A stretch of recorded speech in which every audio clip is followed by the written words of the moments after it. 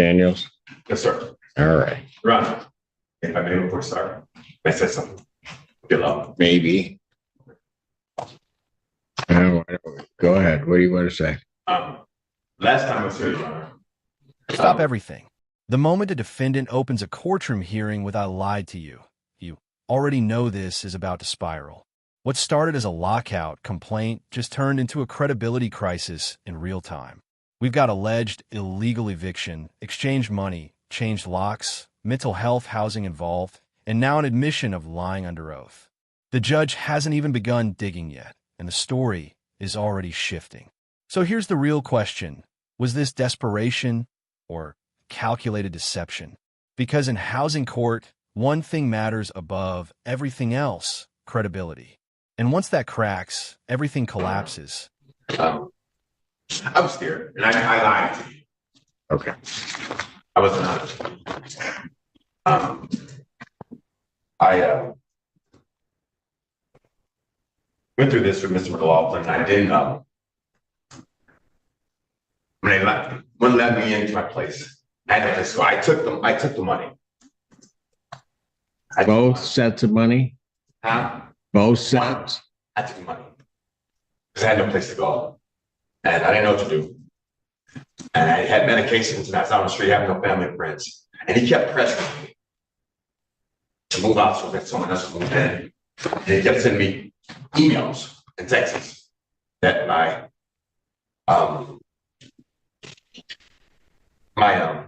security deposit was going down. And I really didn't know what to do. And being not able to get back to my place where my stuff is. And I was scared. I truly was. And I didn't want to admit that I was afraid or something like that. You know, I thought it might make me seem like I'm weak or something like that. And I found out that it makes me seem like I'm weak by not being honest. And I apologize. Please forgive me. So you voluntarily surrendered the apartment? No, I didn't surrender the apartment. No, I couldn't get back in. They had already locked the doors. I couldn't get in.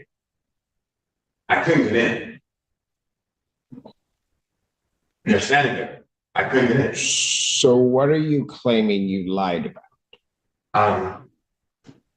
I accepted the $400. Which $400? There's only one. Well, no.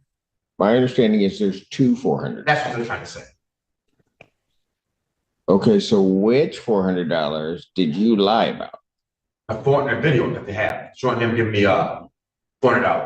This video from Mr. McLaughlin's agent.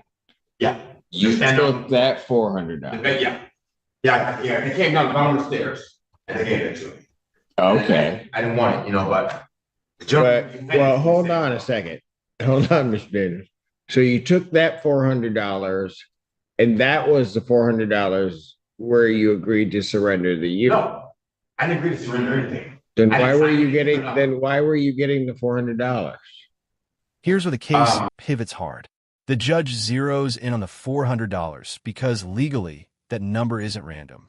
In landlord-tenant disputes, money exchanged at move-out is usually tied to surrender of possession.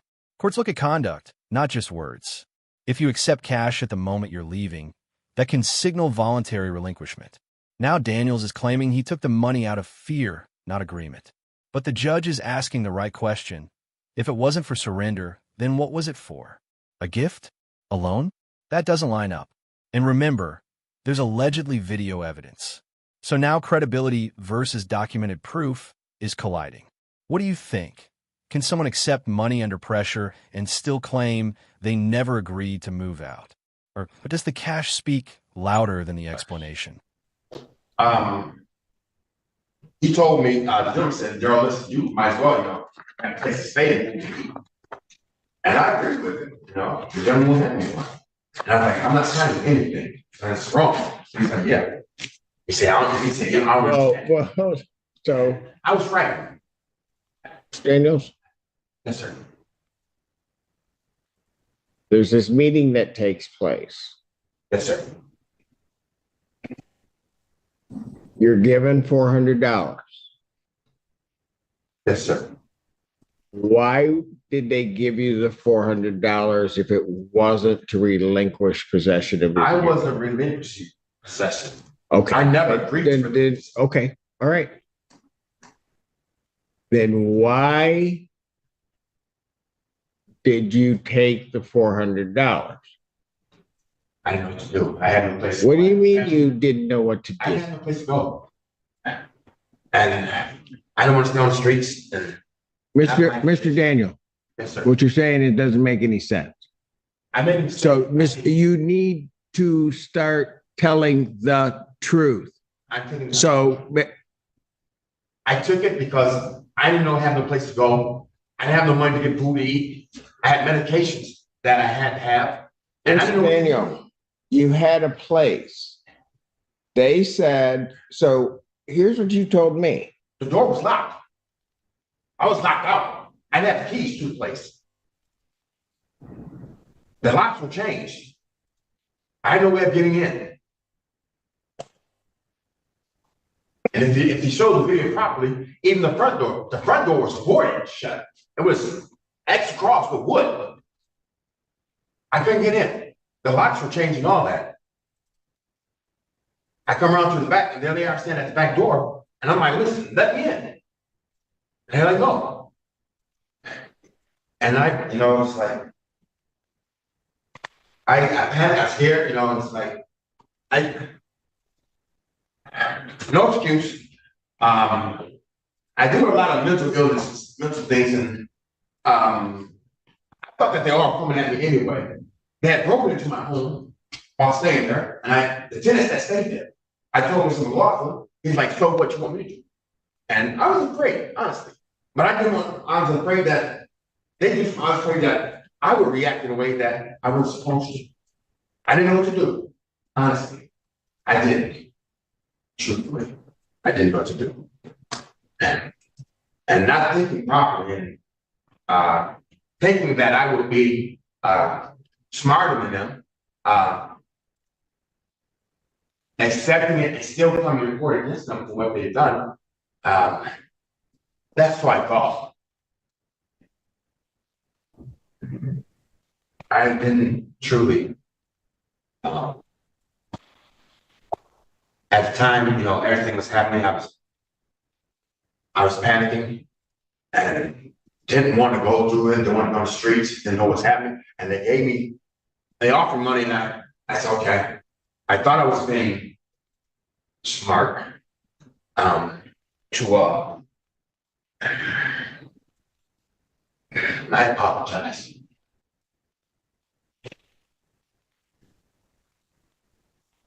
I didn't know what I was doing. I was afraid, scared. Thought I was trying to be able to come here and tell what they were doing to me. That was wrong. Because I was already locked out. The locks were already changed. I thought I was fine. I did. I apologize.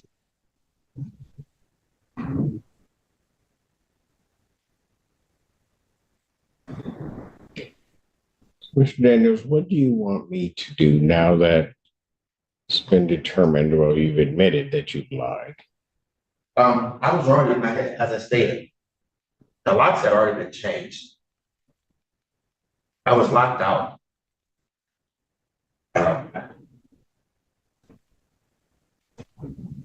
I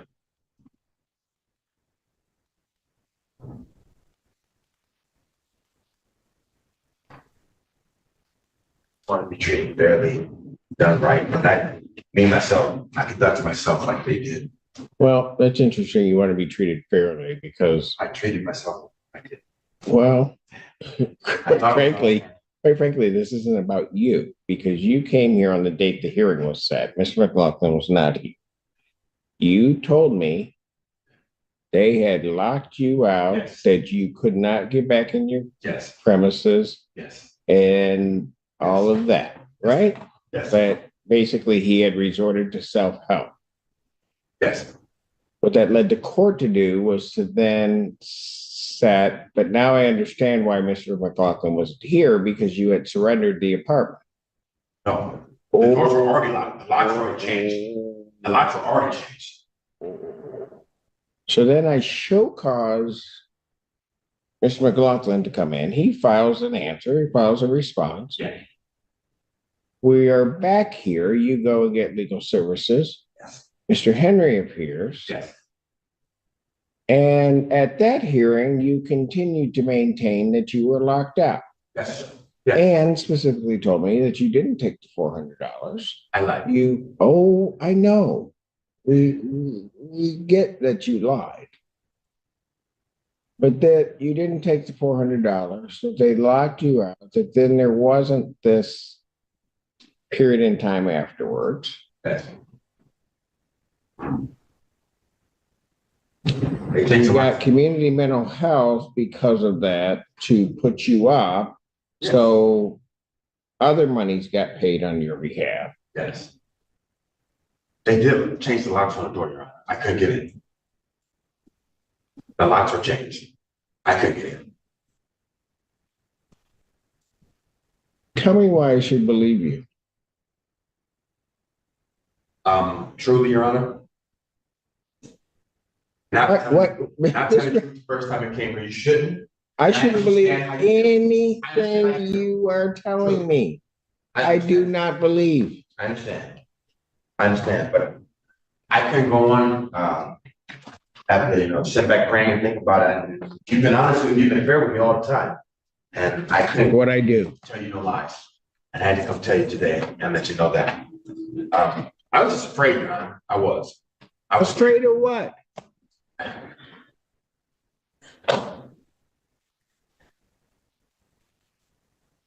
I don't know, everything. I was locked out and the locks have changed already when they gave me the money. They're already changed. I'm locked out. And I thought I was based, I don't know. I'm so jealous. I apologize. If you get I won't say anything else, that might say what else can I say? But I was being honest, I'm just, now I am. I lied to you. You know something, not only did you lie to me, you recall at the last hearing, I had my bailiff put Mr. McLaughlin under oath, and we put you under oath. Yes, sir. Yes, sir.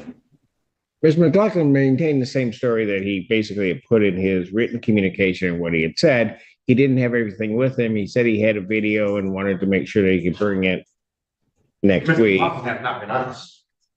Oh.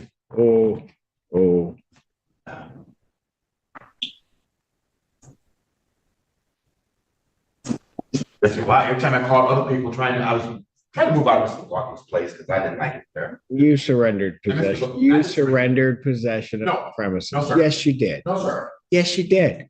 That's why you took the $400. Your Honor, as I stated, the locks already changed before they gave me that. The locks already changed. I don't believe you. I know you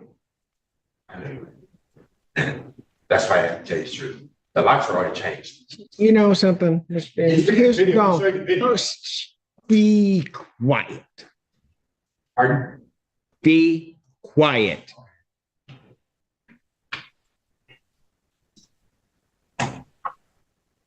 You lied to this court when you came here, caused me to file an order to show cause, got Mr. McLaughlin in. Mr. McLaughlin had to file an answer to it, find all of that information, do all of that. You go to legal services, they in good faith, Mr. Henry decides to represent you. This is the moment credibility officially implodes.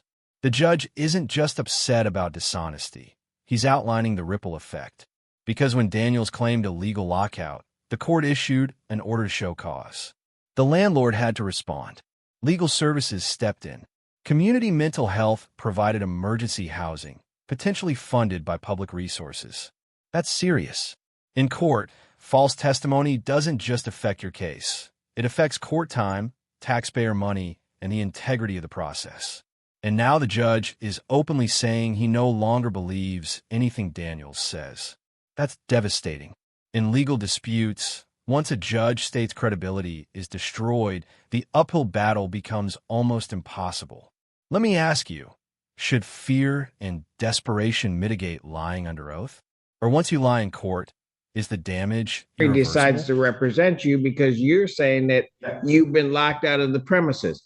We get here, for the second time that you've been here, Mr. McLaughlin was only here the one time, but we all get here, put you under oath, you give me your story, the story you give me, you lied. Now, in that same time, you are also lying to Community Mental Health, who is paying to put you up as though you had been locked out. You were not locked out. Locked out. No, Honestly, you weren't. when he gave me, and to show the video, I go up the stairs. I'm beating on the door to get in. And I said to the gentleman, now they give me $400. The locks are already changed. If that were the truth, yeah. then why wouldn't you have told me that you got the $400? I'm ashamed that I took it, because I had no place to go. Why would you? I apologize. I have no excuse. I have no excuse. Your story just keeps changing. Your story keeps changing. I was hungry when I was scared. And I had medication stuff that I didn't have. And I had no place to go. I had no family or friends. That's what I was saying. I had no place to go.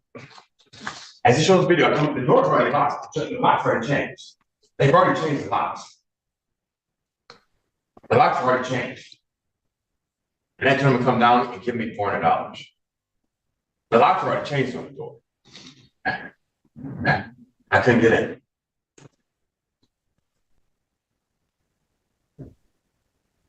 Go ahead, you tell me everything you want to tell me. That's all. Because I don't want you to ever say I didn't give you a chance to tell me. I told you everything. The locks were already changed on the door. When he came down, he gave me the $400, sir. And I don't believe And you. I took it. And I don't believe you. I think that what happened here is you took the $400, voluntarily moved, which also then makes sense with what Mr. McLaughlin was saying and what he has in writing, that he agreed. You know what? I am not going to sit here and try to overtalk you, because if you keep interrupting me, you're going to be going with my bailiff. Am I clear? Yes, sir. I'm not in an aggressive position. I'm not being that way. So I'll leave it if you want me to.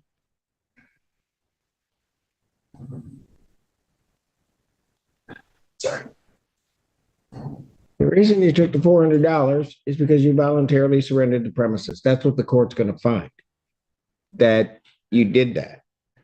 And that the court also believes that you took the additional $400 that was later on given to you. It all makes sense. That's why Mr. McLaughlin said, I will keep, and it's in writing in a text, that he would allow your property to stay there for a month. And then he gave you more money. And you're just taking money and then coming to court, causing everybody all kinds of problems. I know how to do it. Oh, no, you don't even have any idea. I took once. Sorry. You keep interrupting me, so I'm done. I didn't mean to apologize. I find that there was no lockout. I also find that he voluntarily surrendered the premises. Mr. Henry, I know this is embarrassing for you because you came here representing your client, believing that all of this had happened. I find you and have found you always to be an honorable attorney and always put good faith arguments. And you properly did the right thing once you determined your client was an absolute liar. And that is, you filed your motion to withdraw. So prior to entering what I'm entering, I'm going to grant your motion to withdraw, find that it's surrendered. This case is dismissed, but you are entitled to possession of the premises. Oh, yeah. It's yours. He gave it up. You want to know what? You keep it up. What did I tell you? You think I'm kidding? Do you think I'm kidding? Then I'd suggest what you do is you turn around and you walk out and don't say another word to me, because if you say another word to me, you're going to go with Officer Mahalik. Have a great day.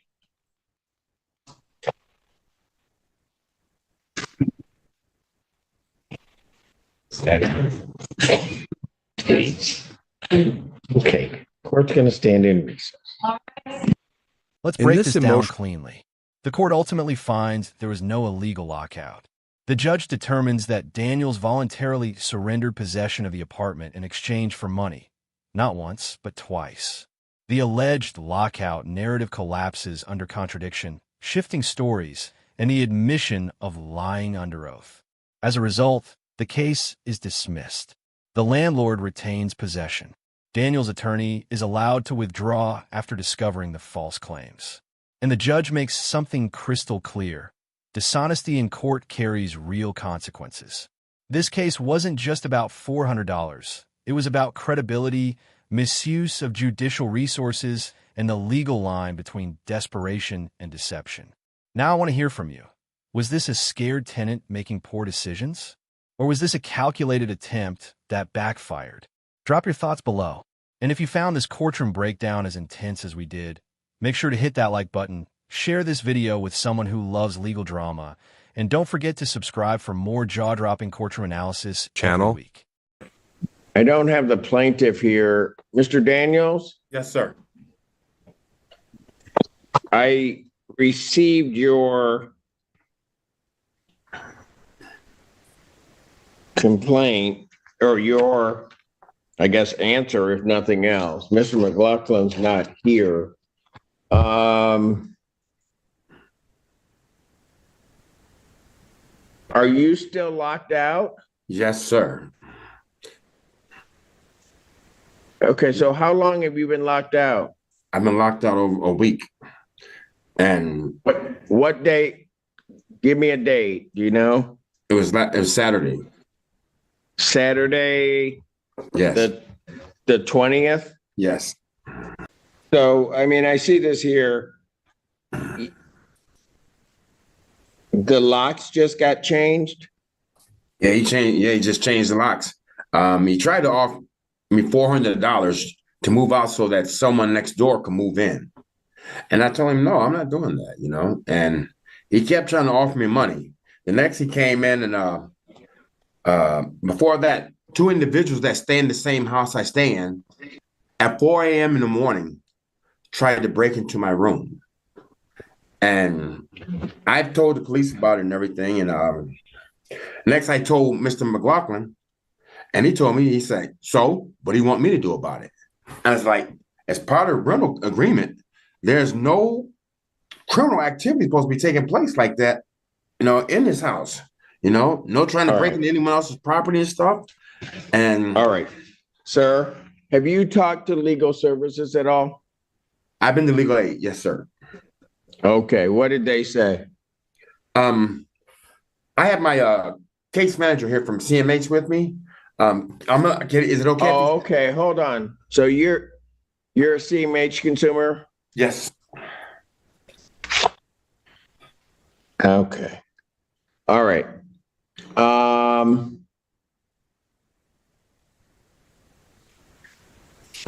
I know is my medication.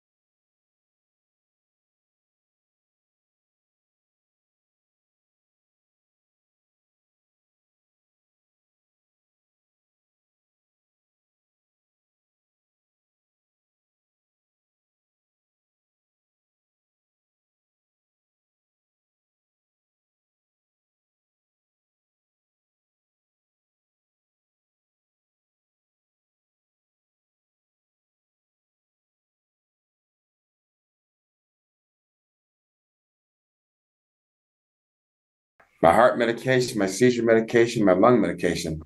I've been without it. And this guy won't let me get it. And I've been really sick. And I've been wearing the same clothes and just, I feel horrible. My rent is All paid right. for July and all that. You know, Pardon? my rent is paid. You know, So, okay, hold on a second. So your rent, you paid your rent for July and Yes. got locked out on July 20th? yes. All right. He's not here. I'm going to treat your complaint as a counter complaint for lockout. Yes, sir. Okay, so there can be some serious consequences for him in terms of a money judgment if he has locked you out of the premises and doesn't sort of answer this claim here, but he's not here right now. So I'm going to adjourn this out 1 week, give him an opportunity to show up. Okay. And if not, then I'll figure out exactly what I'm going to do. Typically, just so that you know, and you're telling me it's from the 20th. That was the day that the locks were changed. It's on the 20th. Yes, sir. Okay. So I left out with a friend to go get something to eat because I had no food. 5, And when I came back, 6, he's standing there 7, with the 8. locks changed and he's got a camera at the back door. I'm like, what are you doing? Open the door. And he's like, no. How much money you want, Gerald? I'll give you $400. I'm like, listen, man, I don't want anything. Give me back in my place. What are you doing? You know? And I was really upset, you know. Because I'm standing with groceries that I just got from, with a friend, and they wouldn't open up the door. He's standing there just filming me, laughing, you know. All right. Okay, so just so that you know, under the lockout statute, it's typically $200 a day minimum that he may owe you. Yes. So I'm not saying that's what I'm ruling, and I'm not saying that that's what I'm doing. I'm just letting you know that because of what you filed. So I'm going to put it out to the 2nd at 12 p.m. Give him an opportunity to show. If he doesn't show, then likely what's going to happen is, I'll have to figure out something to do because I want you to get back into your place. Okay, but Your Honor, at this time, I have no place to go. I've been out on the streets, and I haven't been able to change clothes or nothing, and I've just been enduring this. And I'm right here with my case manager, and I don't know what to do. I hear you, Mr. Daniels. There's not a whole lot that I can do. I mean, I could give you a judgment right now, but that doesn't help your situation right now. Okay. Yeah. I'll do it this way also. Not only will we send him a notice, I'm going to issue an order to show cause on this thing. On the 21st. It's my position he relinquished on the 20th. I normally would have changed them on the 20th, but my son was in town and I didn't have time. I wanted to spend time with my son. You're saying he relinquished it on the 20th, when he receives his alleged $400 from Mr. Temple? Yes, on my behalf. Mr. Temple fronted the money.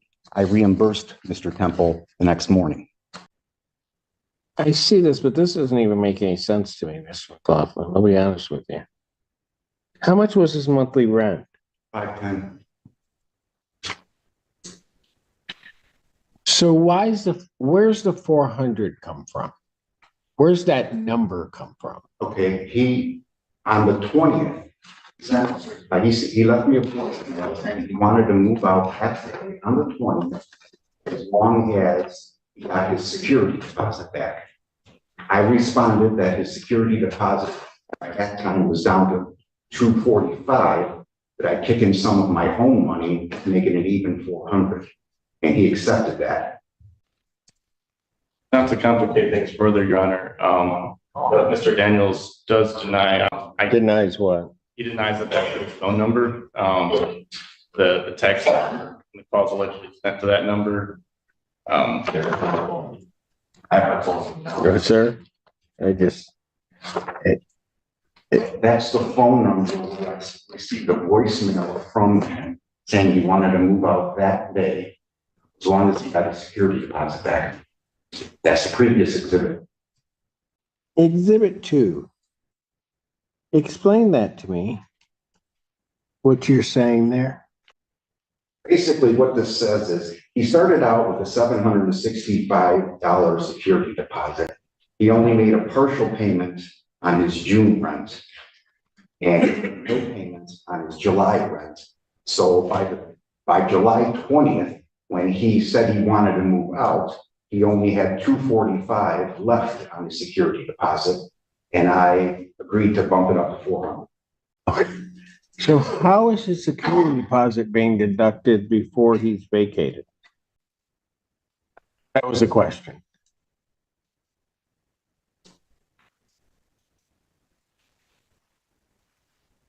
The $245 was arrived at by how much he didn't pay. The $765 is how much he didn't pay for his June rent and a prorated $17. He hasn't vacated the premises. How are you deducting from his security deposit? That number I arrived at Not my question. is assuming he vacated. Listen, Mr. McLaughlin, to my question. He has a security deposit. He hasn't, as of the time I'm looking at this calculation, vacated the premises. How are you deducting from his security deposit? On a prorated daily basis. I don't understand your question, I guess. Okay, that's because you don't understand the Security Deposit Act. How are you deducting from his security deposit? That's the tenant's money that you are holding. You do understand that. Yeah. So how are you deducting from his security deposit prior to his vacating the premises? Yeah, I still don't understand the question. That would be the deduction, how much? I understand, $765 was his money.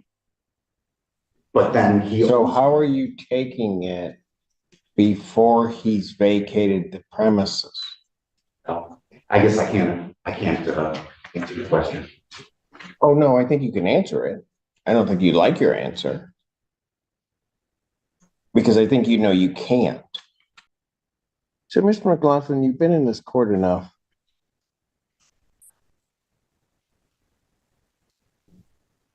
If this were your agreement, which I understand Mr. Daniels is denying, why wouldn't you have just waited 5 days, come to court, stated the agreement, and then resolved it that way? If indeed this was the agreement. That would have been an option too. In retrospect, maybe I should have done that, but he told me he wanted to move out that day on the 20th. And I wanted to honor what he wanted to do. Okay. Is there somebody living in the premises now? In the other rooms, yeah.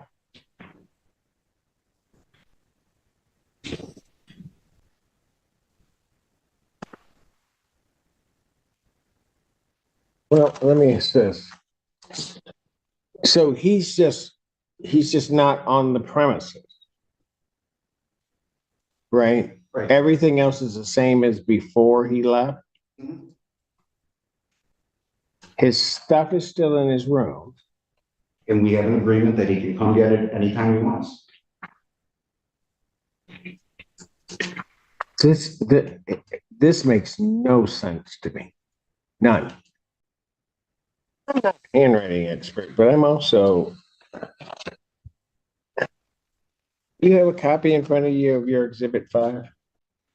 You're telling the court that's Mr. Daniels' signature? Me, Let me, hold on. Were you there when he signed it? absolutely. Put him under oath, Mr. Raise your right hand.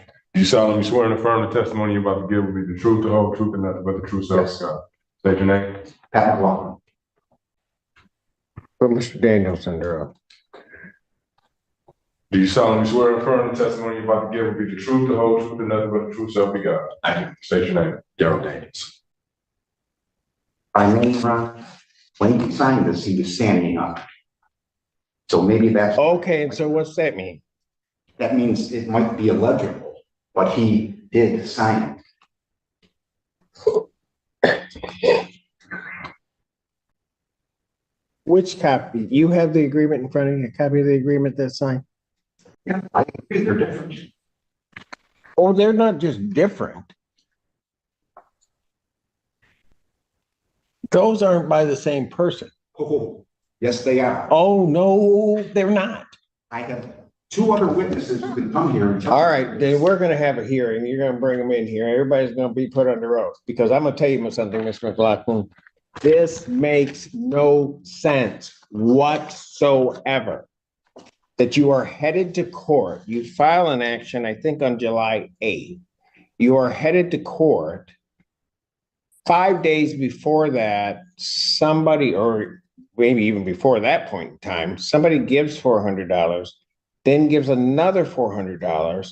The stuff isn't moved out of the unit and the locks are changed. Outside of that, there is then this bizarre deduction from a tenant's security deposit, which apparently has occurred prior to him vacating the premises. No, Yes. it's simultaneous with when he vacated. No, but you're deducting before then. No, but the money isn't exchanging hands until he's vacated. Okay. So here's what we're gonna do. You're gonna find me a date that we can do this. When are these other people gonna be available? These witnesses? John Mattis is available any day. Frank Temple is available any day except Friday. Well, Friday he's available, but he works later. Well, I'll tell you what, I'm just gonna set it and then you gotta make sure they're here. Cause I mean, I'm not gonna work around everybody's schedule. Because it's gonna be your. And I'm gonna suggest to you, Mr. McLaughlin, based on what I'm looking at, you might want to get an attorney. Because for each day he's locked out of those premises, that by statute under the lockout statute is $200 a day that you would owe him if I find that there's been an illegal lockout. Outside of that, because now he also has counsel, you could be liable for his attorney fees. Now, granted, one might say, so we can just skip over this argument, that since Mr. Henry is from legal services, that and he hasn't paid anything, you wouldn't be liable for any attorney fees. Not the way that works. He gets paid at the rate that an attorney in private practice would get paid, and that's what you would owe. If it's found that you violated that statute. So as I count it, right now, if it turns out, absent the other statutes that certainly council's aware of that could apply to this, just on the lockout, you're at $2,800 right at this point. And that doesn't include the 6 at 9 a.m.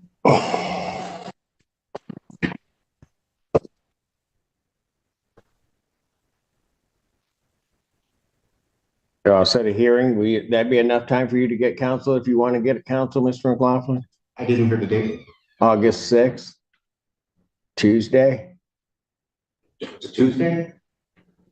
Yeah. This upcoming Tuesday, 9 o'clock, that's fine.